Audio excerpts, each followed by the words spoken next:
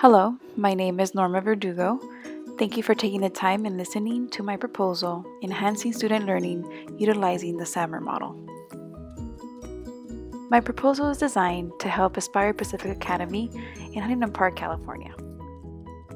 Aspire Pacific Academy, or APA for short, is a charter school consisting of students from grades 6 through 12.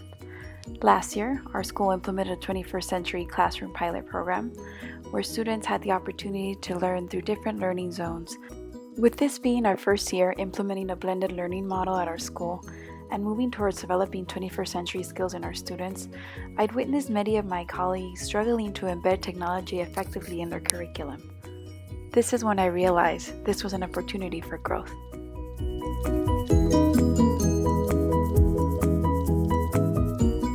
APA's implementation of the blended learning model and the integration of technological components in our instruction is in response to our school needing to better prepare our students for college.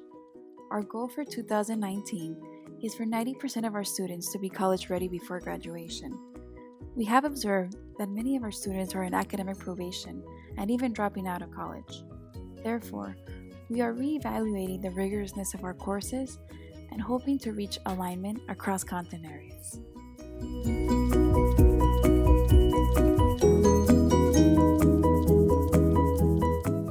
After considering the needs of our students, I developed a project where the objective is to enhance student learning and instruction through the application of the SAMR model. I decided to use this model due to the ease with which it can be implemented, which we will look at in a second. The ultimate goal is that through the promotion of 21st century skills, with the help of the SAMR model, students will be able to be better critical thinkers, problem solvers, and be able to access and analyze information. The substitution, augmentation, modification, and redefinition, also known as SAMR model, is represented as a ladder, as a four-level taxonomy-based approach for selecting, using, and evaluating technology in K-12 settings. The bottom level, the substitution level, consists of what is described by Puente Dura as technology acting as a direct tool substitute with no functional change. In other words, when one is in this level, one is merely substituting digital technology for analog technology. The next level, the augmentation level, occurs when technology acts as a direct tool substitute with functional improvement, and the function of the task or tool positively changes in some way. It is important to note that both the substitution and augmentation levels are found in the enhancement dimension of the model, as one moves up the ladder when reaches the modification level, where technological devices allow for significant task redesign. Lastly, the highest level of the model, the redefinition level, is where technology allows for the creation of new tasks, previously inconceivable. Equally important to mention, both the modification and redefinition levels are part of the transformation dimension of the model.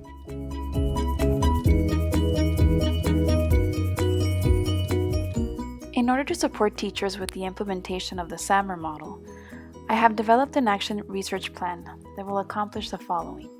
First, teachers will understand the SAMR model and each of the levels within it. They will learn how they can utilize it as a tool for designing assignments, projects, and assessments that incorporate technology in a purposeful way.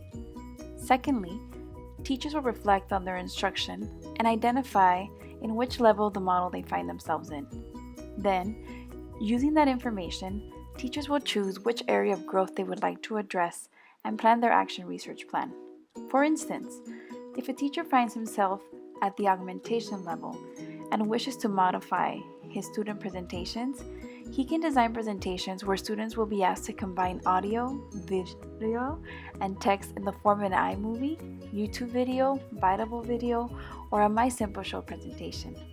The gradual application of the SAMR model will support teachers in gaining confidence, implementing technology in their instruction, and most importantly, will lead teachers to share best practices through this process and further collaboration amongst the team. In order for teachers to be able to become proficient at using and applying the SAMR model, my action research plan will last the full academic year. It will be broken down by quarters, based on our academic calendar, where teachers will participate in 2 cycles of inquiry as well as gather qualitative and quantitative data for their research. At the end of the school year, quarter 4, teachers will have a better idea of where they are in terms of the model and prepare to effectively start incorporating the model in their curriculum design for the upcoming academic year.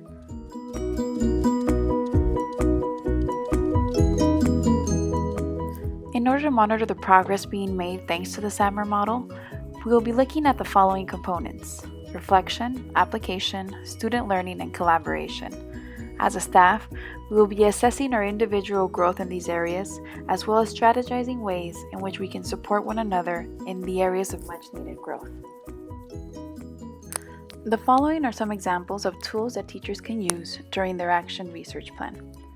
The first diagram describes applications and extensions available to teachers that fit each of the levels of the SAMR model. Next, teachers can also earn digital badges. In these digital badges, teachers can integrate technology and learn about various topics that will further lead towards their professional development. Another resource is the Computer Using Educator Conference, also known as the Q Conference, which provides educators with a wealth of resources and information on implementing technology for student learning. Learning about ThingLink was one of my biggest takeaways from attending the conference this year. Thank you for considering my project proposal, Enhancing Student Learning Utilizing the SAMR Model.